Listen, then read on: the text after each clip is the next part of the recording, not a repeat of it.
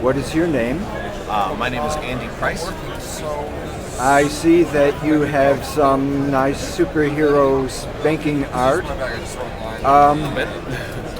Do you have a preference between pin-up Bettie Page and fetish Bettie Page?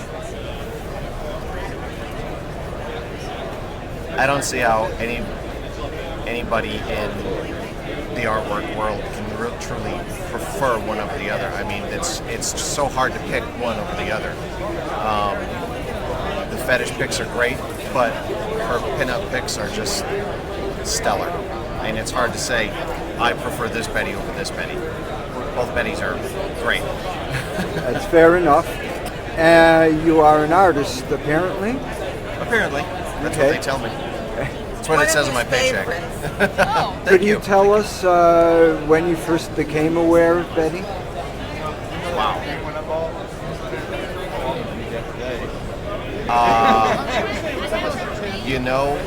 I'd probably have to say somewhere around the time of the Rocketeer comic.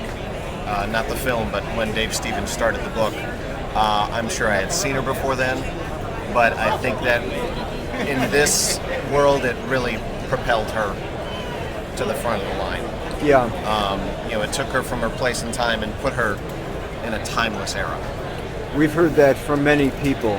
And then a lot of other comics artists started using her.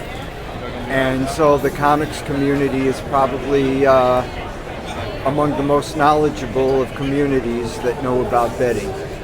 I think especially through Dave Stevens' art, it helped to propel it.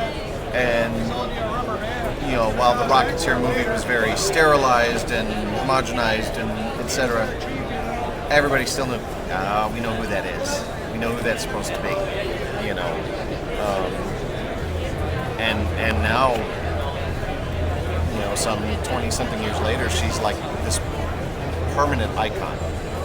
You don't have to know her name.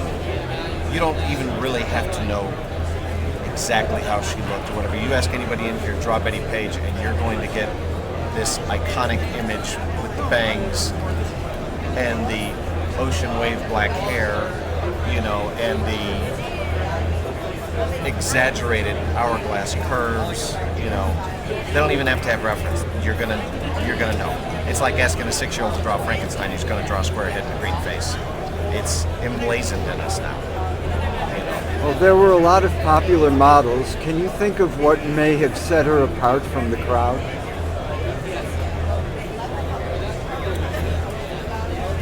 It wasn't just the fact that she did a lot of fetish stuff when a lot of other people weren't.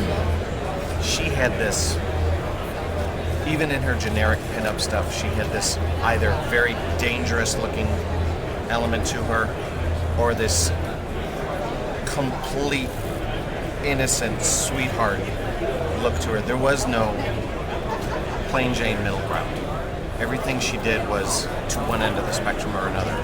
So she really set herself apart over others. It looked like it came so natural to her. That was the big deal, is it didn't look forced.